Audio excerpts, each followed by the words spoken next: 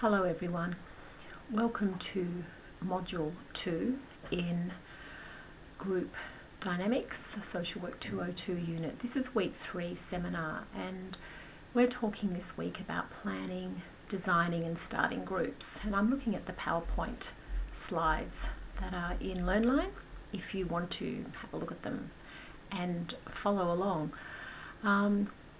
These slides are just a summary of a presentation we also had this morning at the Darwin campus. There will be a short film that goes up also on LearnLine in the next week about a presentation and an interaction that we had with a guest speaker, so look out for that as well.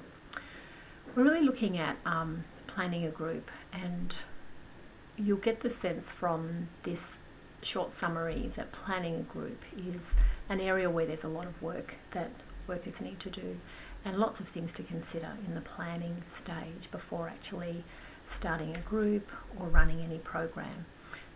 Some of the things that need to be considered at this point are the purpose of the group, the context, the type of group that you're going to be running, is there a criteria for that group, how you're going to recruit group members, how big the group will be, the diversity in that group, and is it time limited or is it an open-ended group? In other words, is it going to continue? One of the points, point 5, how will you recruit group members, is something that we will come back to in this unit, and it's an area that often causes a lot of workers a great deal of angst because they do lots of fabulous planning and advertising, but actually getting people to attend groups can be a real challenge. One of the things about the purpose of the group is to really think about why a group is being created. Why does a particular group need to exist? Has there been similar groups before, similar programs? Have you researched those to know or to find out about what has been done before in that area? Never assume that there has not been a similar group or that someone hasn't run a similar group with the population or the people that you're looking at running a group for. Are there other examples, especially, or models of similar groups that you can either read about, can speak to other facilitators, can do some research and find out what else has actually been done in this area? The context for the group or the environment, the relationships between people before joining a group can have a real bearing on that. And also, who might be the other significant people? Do people have connections to? Are there social systems that members are already part of that perhaps you can work with those prior to starting a group? The organisational context has a huge bearing on the type of group and how you will go about planning a group. Number one, first and foremost, is are there resources for a worker to run a particular group? If you're told that you're required to run a group but there's no money to run that group, there are no resources to back you up, that's going to have a huge impact on the type of group you're going to run and how you're going to be able to run that group well. If you have no budget and you're not able to hire a venue, provide food or provide childcare, for example, or offer transport to get people there, or to pay for some audiovisual resources, to pay to have another facilitator come in, those things will all have a huge bearing on how you plan and what you're able to plan. Also, what sort of support there is within your organisation for the group. How did it come about? Who's identified the need for that group? If colleagues or other workers have been suggesting that we really need this group to happen, are they prepared to be part of the planning? Are you able to use those as resources? And also, really importantly, does your organisation recognise that you running a group is part of your job and is part of your workload? Are you going to be able to be given the time to plan and prepare well for the group? Slide 6 is just a slide of some tables and chairs in an open public area. I just want you to think about what is the most appropriate setting for a group that you might be running. And an example could be thinking about running a group for men who may be experiencing depression. Immediately, you would need to be thinking about what's the kind of space that men feel comfortable in. What sort of place would they like to meet? Where are they going to feel safe? Do they want to be identified as going to that group? Should it be a private space? This slide is a public space, and a lot of people would suggest that it's not the most appropriate space to have a group where people are going to be talking about personal issues, where people might be feeling as though they don't want others to know they are there. That's not totally private. You could do a fabulous job advertising and promoting a group, and you could end up with a lot of empty chairs. So the physical environment is really important to consider. Where are the people who are going to be in your group? Where are they going to feel most comfortable? What spaces are available to you? What things do you need to think about? Privacy, safety, access for people with disability, needing to have access to a kitchen. Do you have access to the room for the whole time? Are there other constraints that you need to think about? Is it free or is there a cost? It might be free as a venue, but it might not actually suit your needs. There's also the option to have Skype groups, to have telephone groups where people speak to each other online. There are different ways for people to interact that are not face-to-face. Cultural sensitivities is something that you really need to consider who the group is for and who's going to be participants in the group. What type of mix of cultural diverse groups are you going to have in that group? Do you need to think about having interpreters? Do you need to think about having some leaders from a particular cultural group to be part of the planning and setting up of that group? How appropriate is it that, for example, a woman is a facilitator of a group that may be having men from a particular cultural group who might really respond more appropriately or more positively if there is a man presenting? There's lots of things to think about. Planning for a cohesive group. I'm on slide 10, and I don't want to be quick to move on from cultural sensitivities, because I think that is a space that we could spend a whole session talking about, and indeed people who work in that space bring a lot of wisdom and advice to that, and people often blunder and get things wrong because we make assumptions when we're working with people from different cultures or different language groups to ourselves. The really important thing about being sensitive to other cultures is to ask if you don't know, and to consider using a cultural guide or having a cultural mentor to talk with you as you plan and prepare for a group. Thinking about the size of the group, thinking about who is in the group, who is the group for, and thinking about whether the group is open or closed are some of the other things that we need to consider. Small groups are generally considered to be groups of about 8 to 12 people. Once you get bigger than 8 to 12 people, it's then more difficult to have certain types of activities, to have certain interactions. The advantages of small groups is that everybody has an opportunity to speak, people have the opportunity to build close relationships with others, and people can also easily access time with the worker.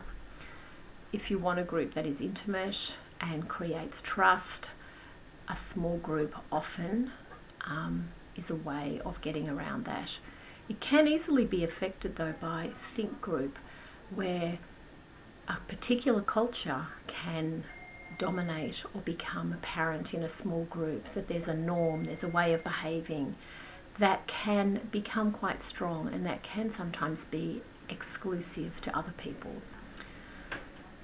With larger groups, there are advantages, and the advantage And the comment that I made this morning in a lecture is that people can come in late, people can sit down the back, people can remain anonymous, people don't need to be as intimately involved, so people can avoid being challenged in a larger group. It's harder for everybody to have a say. There are fewer opportunities for everybody to contribute. So people can get information, they can get what they need, and they can leave without really getting too involved with the rest of the group. Also, in a larger group, there can be absences, and it doesn't matter in the same way that it does in a smaller group, that people really notice in a smaller group, oh, that she's not here this week, I wonder if she's okay. That's more likely to go unnoticed in a larger group. Often with larger groups though, there needs to be sort of more formal structures about how they operate. There's limited opportunity for interaction amongst members, and sometimes the aims and the roles around larger groups can become blurred. Larger group sizes are often more common, however, in training sessions, organisational meetings, and lectures is another example. You may have heard of these terms, closed groups and open groups. A closed group is a group where a group or a program is run for a period of time, and people come to all of the sessions, or are encouraged to come to all of the sessions, and others cannot join in. For example, we may be running a 6-week program for young people who are disengaged with schools and their learning has been suffering. They're required to go, they're told to go for 6 weeks, and no one else is going to join that group, and that would be considered a closed group. People can develop feelings of trust, there's privacy, and people will move through the life of the group, the stages of the group together. Whereas an open group is a group that usually is longer term. People can come and go as they please. They can be there for 1 week and not be there the next week. There's often more diversity amongst the members in the group. The structure of the group will often reflect that as well. So for example, at a health service, for example, a group may be being run on a weekly basis for people who are carers, and every week there might be a different speaker or a different presenter talking about a specific topic, and people are encouraged to go to that group. It happens on Tuesday morning at 11 o'clock, and anyone can come and go as they please, so you don't commit to being there for a period of time. That would be an example of an open group. One of the things to consider about the staffing of groups, how groups are run, who runs or who facilitates or who leads the group. There's different ways of doing this. One worker may be responsible for coordinating a group, and the example that I gave of a carers group that meets every week could be the responsibility of one worker. However, that worker, their role is to invite other people to come in and to contribute to that group, to present to that group. But the worker still has a responsibility overall of the maintenance of that group, of seeing that it functions well, that they will be in attendance each time, that they meet to the needs, the practical needs of the members. Another way of looking at group facilitation is to look at co-leading or co-facilitation. So 2 workers plan together and they share the running, the facilitation of a group. Co-facilitation is a fantastic model where 2 people can use their skills that complement each other, that bring their own strengths, that have a compatibility and respect for the other facilitator. The group can also experience the benefit of having 2 different group leaders. Different people will relate more strongly to one person perhaps than another, and they have the benefit of 2 people's experience and knowledge. The basket of boots is really to highlight the importance of the selection of a co-facilitator or a co-leader. and just to encourage you to think about what would be some of the things that you would consider if you were to be thinking about a co-facilitator, someone to work with you, and what might be the benefits of working in that way. We all bring our particular styles and our particular skills to running any group, and that's going to be the greatest asset that we bring. We might be a worn out work boot, or we might be a lace-up shoe, but we bring skills and experience to a group that can complement the approach that another worker might bring to running exactly the same group. I'm just looking at slide 17, looking at recruitment of members. There are different ways of getting people or inviting people to be part of a group. People can be handpicked for a group. One example may be that grandparents have approached you as a worker, that they are doing a lot of caring for their grandchildren in the community, and they want to get together to talk about those issues. Way around setting up that group would be actually personally approaching the grandparents in the community who are caring for their grandchildren and talking to them about the idea of setting up a group for them. That would be by invitation. You're actually specifically inviting people. There can be referrals, and often in a multidisciplinary service, such as a health service, referrals might be made, and you may be a caseworker or a counsellor, and you might make a referral to a worker who is actually running a group for people who may be living with depression or experiencing depression, and work as a worker. You refer to that group and say, I'm going to make a referral. The group leader will contact you about the details about going to this group. Community notices, community events, social media, word of mouth, radio announcements, flyers, creating visual images, using photographs, so many different ways of promoting a group. So that's a public notice. That's opening the invitation widely to people in a community, or people who have a certain experience, or people who are living with a particular issue, inviting them to come and participate in a group. It's not a personal hand-picked invitation. It's a general announcement.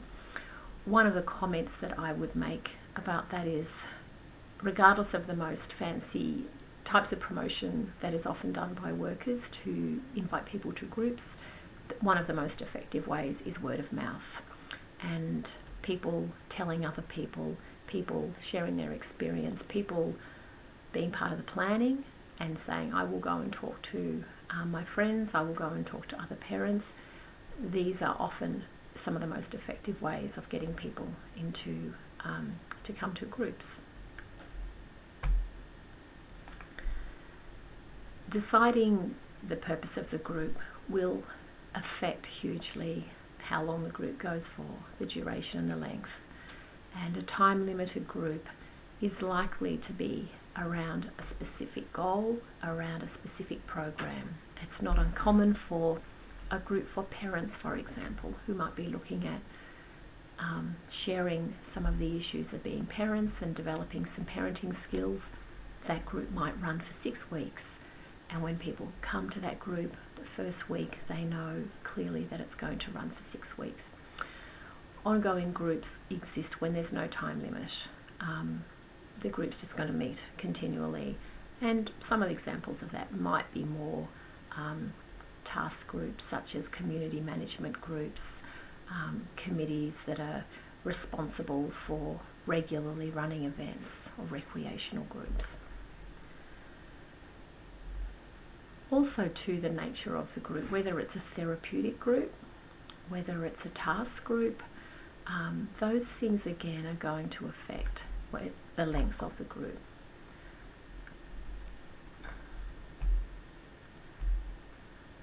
Next week we're going to be looking, week 4 we're going to be looking at group beginnings and the middle of groups. See you then. Bye.